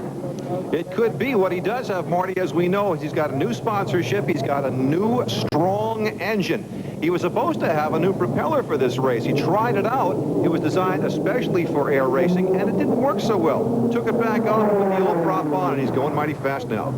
I am absolutely stunned right now that Rare Bear has not been able to get around Dago Red at this point. He has got the long way to go. Remember, you have to pass on the outside. You can't cut under the competition. So he has got the longer distance to travel. That's allowing Strega to open up some distance. To use a basketball analogy, Marty, Dago Red is boxing out Rare Bear a little bit. Well, one of the things that John Penny was commenting about was every time he did get behind Strega, and he may be having the same problem because it's another P-51, the prop wash from the plane in front of him was causing a handling problem in Rare Bear, and it just was not able to control the plane as smoothly as he wants. Now, we may not be able to see it from outside, but I guarantee you, you feel it in the cockpit, your head comes bouncing off that canopy. You can really get banged around, and as you go around the pylons, you can be pulling 4 to 5 Gs.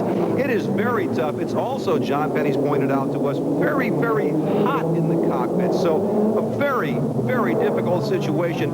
And then in this situation where you've got to keep your eyes on not one, but 2 competitors right now, wow, it's tough.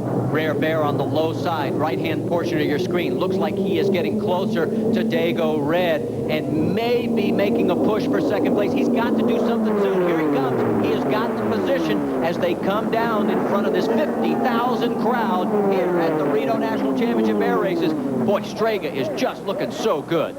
2 years ago, Bill Tiger DeStefani won this race. Rare Bear was out. Last year, Tiger DeStefani broke, and the Rare Bear came back and won it. The last 8 years, Rare Bear's won 5 of these, and Strega's won 3. And, John, I don't know if you saw it, but heading in through turn 1 there, past pylons 1 and 2, you could see Rare Bear's wings sort of waffling a little bit.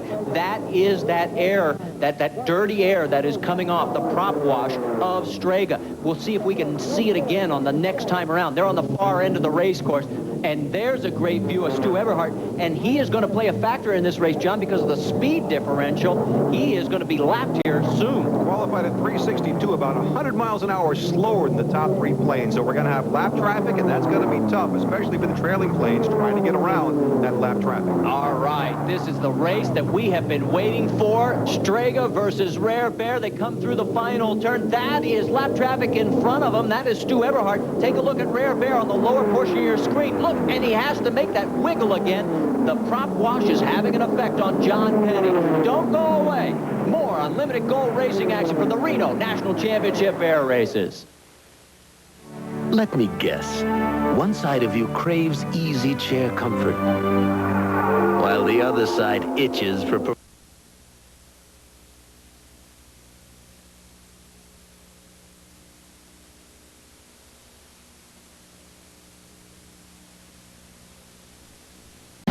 But the Toledo Rockets are looking for a little respect. Thursday night at 9, they'll kick off the College Bowl season against Nevada in the Las Vegas Bowl. Coming up on SportsCenter, KC heads south for a showdown at Joe Robbie. Terry Donahue parts ways with UCLA, and Charlotte tries to shut down the mailman. For Keith Oberman, I'm Dan Patrick. We will see you at 11:30 Eastern.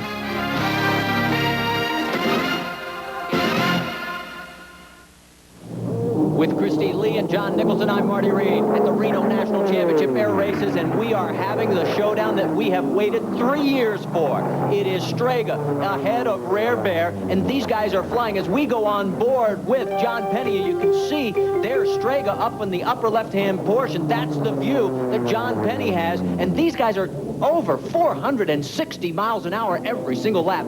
But it's worth mentioning, Marty, that Rare Bear qualified at almost 490 miles an hour. So again, back in the 460s, fast for anybody else, slow for Rare Bear. Well, and that's what Christy Lee talked about at the beginning of the broadcast, that they were not able to duplicate that performance after they made that great qualifying run. There's Dago Red. David Price doing a spectacular job. He is holding station in third, not able to keep running. Remember, you're running the manifold temperatures and pressures so high that if you stay up there too long, you run the risk of blowing the motor. And David Price, as we head into lap number 5, just may not be able to push his plane far enough along to keep up with those two. And again, did you notice there was Rare Bear in the lower portion, John? That plane, that wing wiggle. That is so important in a race that is likely to be close if he can find a few more horses somewhere. And while you're talking about braking engines, 2 airplanes we'd expect to see in the Unlimited Gold, not here. Dreadnought broke with Dennis Sanders flying it earlier in the week, not running at all in Risky Business we saw earlier in the program, just not up to speed this year. So just those top 3, and there is the top 1. Strega with about 3,000 horsepower cranking out of that Merlin compared to the 4,000 horsepower out of that radial power plant in Rare Bear. Do you know if you flew these planes for about an hour, your gallon per hour fuel burn would be about 500 gallons. That's how much fuel they are pumping through the system.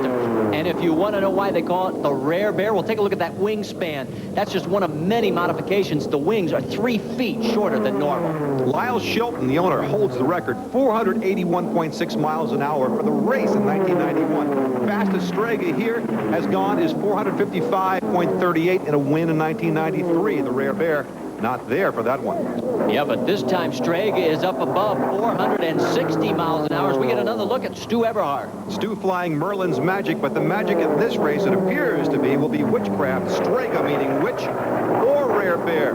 But there, as we go on board once again with John Penny, can he catch him? Did you see that? Look at there, Strega right below him. And again, did you notice how he had to make a correction? On board once again with John Penny, can he catch him? Did you see that? Look at there, Strega right below him. And again, did you notice how he had to make a correction there? Yeah. And that is absolutely abnormal for the Rare Bear, as John Penny normally extremely smooth. So I got to believe that prop wash is just creating havoc for him. As we see lap traffic once again, John Penny is getting the view Bill Kirchenbaugh, the crew chief at Strega, has promised him of Strega's tail. Wow, there's our view of it too. It's amazing what sponsorship dollars will do. That's what Bill Tiger DeStefani will tell you. He had some sponsors come on board. Again, we see Rare Bear having to make an adjustment as there is a lot of planes now coming into play as Strega and Rare Bear are working their way around the slower traffic. These two have pulled away from the field, and they have made it their own race. We're down to the final lap as we are finally having the showdown that we have waited 3 years for. Neither plane having a mechanical problem. There is Don Whittington. He's doing very well right now, currently running in 6th spot. He was the silver winner, decided to give up the silver championship to try for the gold. There's Rare Bear, and I don't think that Penny has a chance at this point unless something happens to Strega. He is going to give it everything he's got, obviously, and you know Bill DeStefani is going to give it everything he's got. He's taking nothing for granted. He's waited for this showdown just as Penny has, and he's got the lead. Can he hold it? Bill Tiger DeStefani, a farmer by trade. Of course, calling Bill a farmer is like calling Bill Clinton a government worker. And he is going to be on cloud 9 with this win as he is heading down the valley of speed for the final time, taking it through the last few turns, and he will beat John Penny in a heads-up wire-to-wire match as Rare Bear just doesn't have enough horsepower, and it looks like the farmer from Bakersfield is going to take the United Airlines pilot this time, as crossing the finish line with the win is Bill Tiger DeStefani. Second place is going to go to John Penny. David Price in Dago Red will come home third, followed by Mickey Rupp, as Mickey set out his goal of finishing the race. Every other race that he has been in the past few years, he's always had a mechanical problem. He has managed to come home. There is Mickey. He's going to make it and finish in 4th place in front of Bob Hanna. And look at the speeds, 467 to 465. Just an incredible performance by both of these great pilots and their planes. Stay with us. When we come back, we'll talk to the winner in Victory Lane. Stansted Airport, there is Bill Tiger DeStefani bringing home Strega with a well-earned victory here in the Unlimited Gold Division. Today's race has been brought to you by Buick and your local Buick dealers. Buick, the new symbol for quality in America. And by the Reno Sparks Convention and Visitors Authority. Reno, more ways to play. Well, John Nicholson has made his way down to the victory podium. That's where we catch up with our winner. John? Thanks, Marty. I'm here with Michael Houghton of the Reno Sparks Convention and Visitors Authority, Bill Vick, Buick Motor Division, and the chairman of the board of the Reno Air Racing Association, Mr. Dick Kenner, to present the winner, Bill Tiger DeStefani, with the trophy. Dick, take it away. My pleasure. Tiger, boy, you were cranking today. Congratulations. It's good to see you back in good form. Thank you very much. Thank you, Dick. And, of course, I got to thank my crew that made all this happen.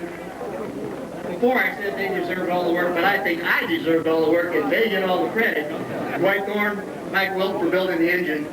But most of all, our sponsors, Purex, Dial, and the Comstock Hotel.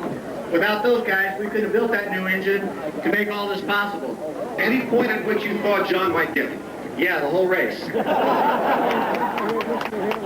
As we say, this is the showdown we've been waiting for. The winner, Bill Tiger DeStefani, and what a race it was, folks.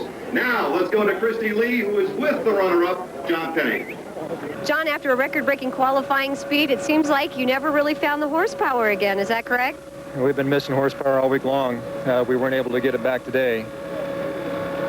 We had a little bit of a problem on the start coming around the first turn. The airplane got thrown out by some prop wash, and I had to struggle to get it back down. We kind of lost position here, but I caught up, and we had a little bit of extra horsepower. I got pretty close to Tiger there, and one of our special systems cut out. I can't tell you what that is, but it didn't cut out, and we lost another 400 horsepower, and from that time he kept stretching out in front of me. But I'll tell you what, he flew a heck of a race. He's a heck of a racer.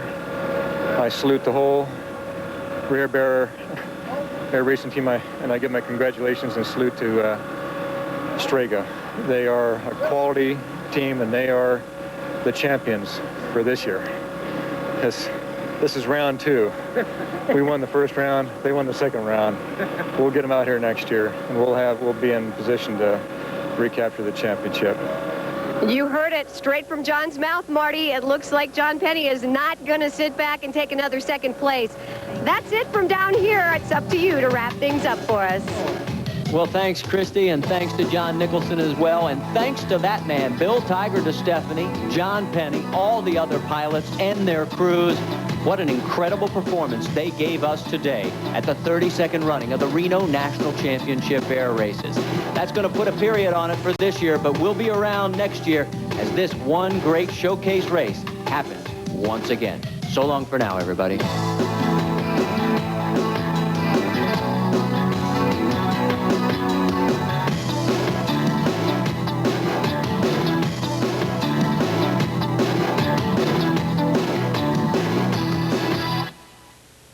Hi, I'm Debbie Dunning, and you're watching ESPN's Extreme Bloopers. Hi, I'm Debbie Dunning, and welcome to ESPN's Extreme Bloopers. Today we're coming to you from Rockreation in Costa Mesa, California, where I'm going to be doing a little indoor rock climbing of my own. We're also going to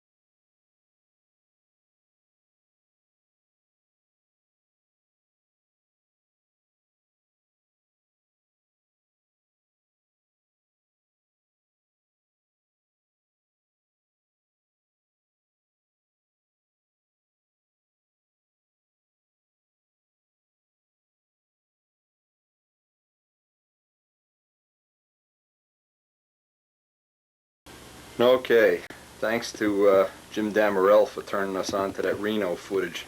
Those bloopers, that was great. Anyway, it's not really warm out there yet, but I'm anticipating in an hour or so it'll get above freezing and I can get a quick coat of silver on all these parts.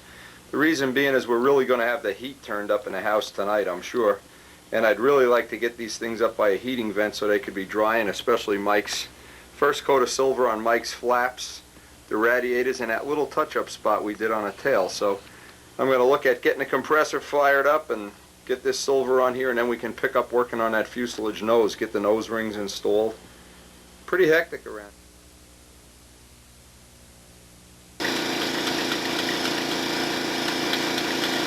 Still a little cold out there, but I'm going to give this a shot.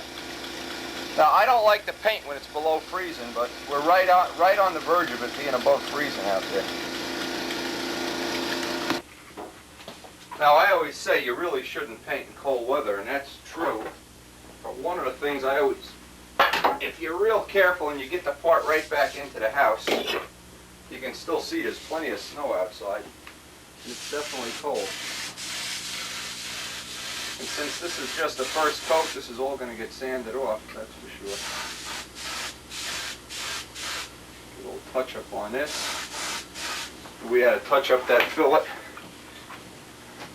And I always look, now one of the ways you can tell if you spray in and it's too cold outside, you'll see everything will fog up. This looks like it's going to be fine. Show this up on the macro lens. This is that little touch-up spot. I think this is going to be fine. Should be no problem at all.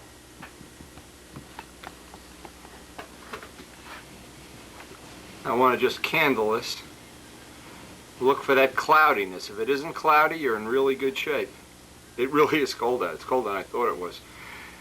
Funny story, real quick story, and this is absolutely true. Absolutely true. One day, good friend of mine and a guy that I really have a lot of love and respect for, Bob Gildini, who lives around Milwaukee, calls me up early Sunday morning. Hey, Wendy, I'm painting my plane. Can't understand what's happening. All my paint is getting milky white and gooey and nothing's drying and everything. And I'm thinking, what could it be? What kind of thinner are you using? What kind of fisheye killer? What pressure? We went through a whole hour of stuff. I never asked him what temperature it was outside. And in the course of, I said, well, where are you spraying? In the outside or the garage? Well, I open the garage door. I paint out my garage so I don't stink up the house. I said, well, how cold is it in your garage? He says, oh, wait, I'll go check. And I hear thump, thump, thump, thump, thump, footsteps coming. He goes, it's 32 below zero. I said, well, oh, holy mackerel, you can't even hold a spray gun at that temperature, you know? Well, it wasn't 32, but it was really cold. Anyway, we had a great conversation. It was a lot of fun. But keep in mind, when you want to spray in cold weather, what's a good idea, and this is the way you can, I've tried to put this on the tape so you can see it. This is Mike Rogers' flat. Keep the pot nice and warm, open the door, run outside, spray it outside, and run back in.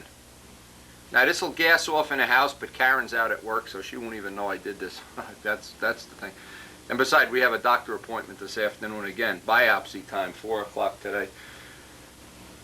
It's so important, though, to recognize what the symptoms are. If you go outside and leave this part in the garage overnight and it gets freezing cold, and then you spray with a cold spray gun. See, everything I have is relatively warm. The spray gun's warm. I'm using the warm air from the house, and I run right inside and put this part over by the heating vent to dry.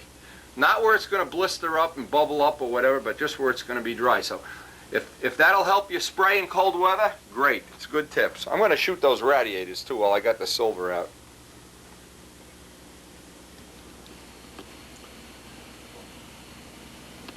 So what I did, because I can't really hold these any reasonable way, what I did is I painted inside, and you just get a coat of paint on. I'll paint those with a brush inside later. I'll probably paint them black.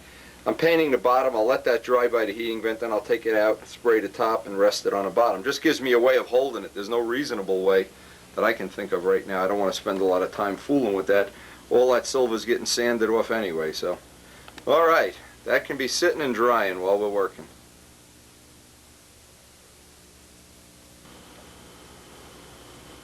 Okay, the radiators are sitting in final silver. I want to go over and look at the mail, see what came in the mail today, and make a little plan of action, how we're going to work out the next couple of days.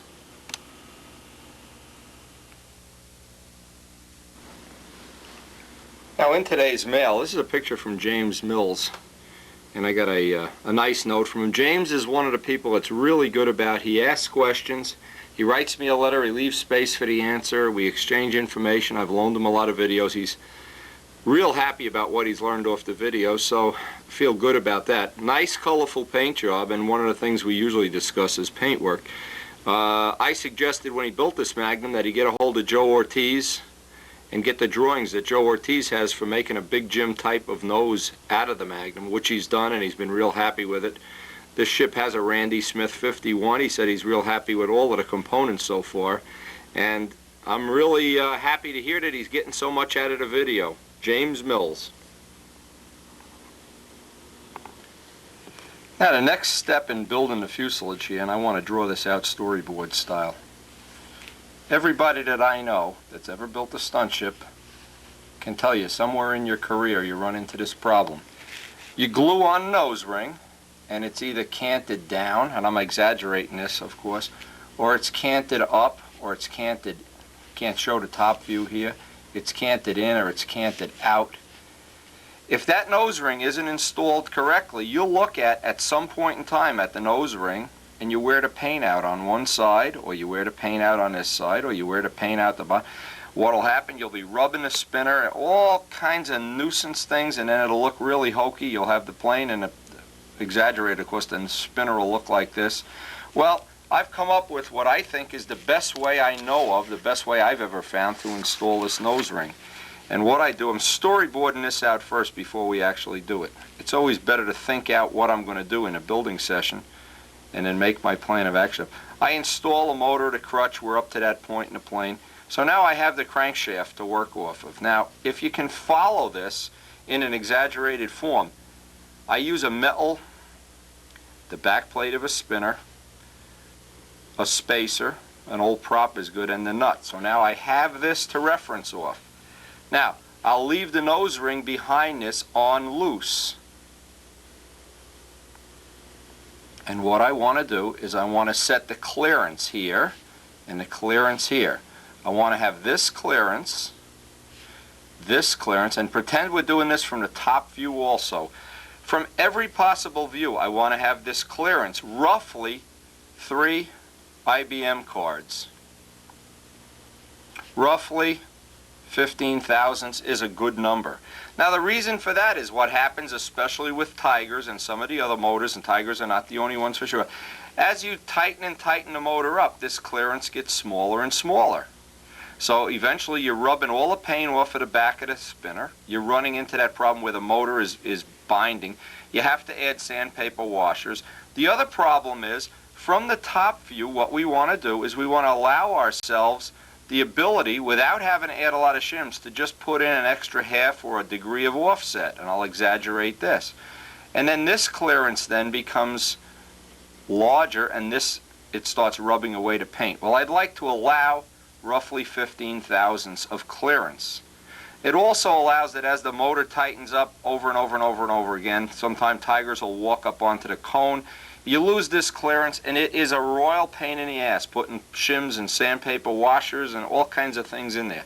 So, after many years of wrestling with this problem, I've come up with, and I've done it on the last, if you go back to the Strago or the Tsunami videos, roughly 2 or 3 even. I like 3 because eventually you're going to build up paint, couple of thousandths of paint. Now, in our case here, and the reason I'm storyboarding this out is this is a significant thing. We're going to use a plastic spinner. Joe is trying to get some more of these plastic, these real light, they're under a half-ounce spinners, but they have no back plate. So what I'm going to do is I'm going to set the whole thing up with the spinner from the Red Baron, which is roughly the same size. It's a little bit smaller. But what it has is it has a steel or aluminum, I think it has an aluminum backplate. This was a special spinner I had machined up. What I want to do is establish all these clearances for an aluminum spinner, and then modify the back of the plastic spinner. I'll trim the back of this spinner so that they're interchangeable, and now that'll allows me one nose weight option. Now the problem with the plastic spinners are they're so light, and that's the advantage, but the disadvantage is it's difficult to get a nose weight in here if you're going to use the plastic spinner. So you almost have to then resign yourself to the fact of adding weight to the muffler or lead to the back of the engine or whatever, if you're going to use this setup. So I don't want to build a whole plane around this setup. I want to build it around the aluminum spinner. So if I need nose weight and I can't get enough of it into this spinner cone, I can then convert over to the aluminum spinner and I'll be real close. I'll have the right clearance and everything. It's a significant thing. It took me a long time to figure out exactly what I want to do. Another thing, if you're going to use that real light spinner, you know it has a recessed, it comes in from the front, a recessed tip. One of the things you have to, if you want to be real fussy about things, you have to take all your props now. Rev-ups, zingers are a little thicker, and you have to machine where the washer is going to go in so that the thickness of the props is identical. Otherwise, the whole spinner winds up walking back onto the fuselage. So it's a couple of things I have to get real straight in my mind before I do this. And this is new, but this is not new. And getting that 15 thousandths clearance will always allow you an extra degree of offset or allow you to go back to 0. Having the same clearance top and bottom, you shouldn't have to wear out the paint and bind it all up. It seems like it's a royal pain in the ass to do this, but this is really worth doing all the thinking about ahead of time, because once the plane is all built, you wear out the paint and everything else. Oh, messy. It's one of the things we've had good luck with Strega. We haven't had any of these things deteriorate in a year of service. Now, also in today's mail, I got a book. This book came from Howard Rush from Washington State. He's the world-renowned combat flyer, of course. I have to tell you, so many people, and if you've been watching this whole set of videos, you know how many people. Mike Cavell, people from Germany, Uwe Degner, it's mind-boggling. I can't even remember how many people have contributed to our little library of Spitfire material. And what I'll do, we're getting right near the end of this tape. I'm going to put as many pages of this book as I can on the end of this tape, and if I have some extra ones, I'll finish it out on one of the other tapes, the title, the beginning, of the end. We're going to work on the fuselage later today. I'm really at a point of, with my health deteriorating like this, where I can't really work full-time sessions, so I'm going to just relax here, get all this documented down on the book. And I know so many people that have been good and sent stuff in. This video gives us a way of sharing it. It's really a unique thing in my estimation. You'd never be able to share this any other way reasonably other than with video. So let me thank Howard Rush, McMillan, Cavell, Uwe Degner, you know how many people, Bob Martens, how many people have just contributed over and over and over and made this such a fun project to work on. And every time, you know, that I go through any of these books and I sit and look at them constantly, I get inspiration for new models, things that I want to include in on this Spitfire, things that I wish I could include, but I just don't have the time. Life isn't long enough. But anyway, Joe, check this out. Get some ideas. This is really a great book. This is really a fantastic book. And this is really the essence of all Spitfires, is that wing. Oh my God, I love it.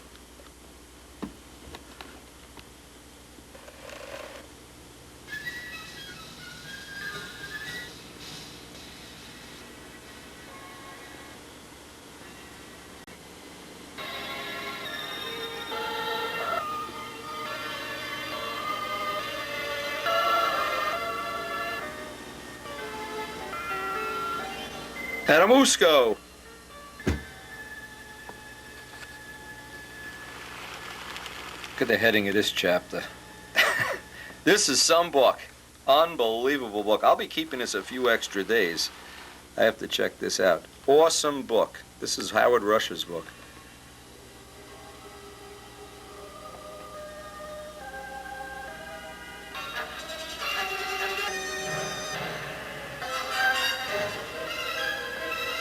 Now, we don't have enough tape on the end of this tape to even put the rest of this book, and I'd like to get all of it down. Somewhere documented, so all the people following us. And you know, one of the things that's important to remember, and I really, every time I document out or work on a special plane, Strega, Spitfire, whatever, and people contribute things, I just love the fact that we can all share this through the video and that we become closer and closer friends through the videos. It's an amazing tool. It's an amazing thing that allows us to do this. So We're coming up on Christmas, and boy, oh boy, if nothing else, let me wish everybody out there, everybody's family, good health, and it's something I've come to appreciate just recently. Good health and love to all of you from Karen and I. We'll see you on the next video.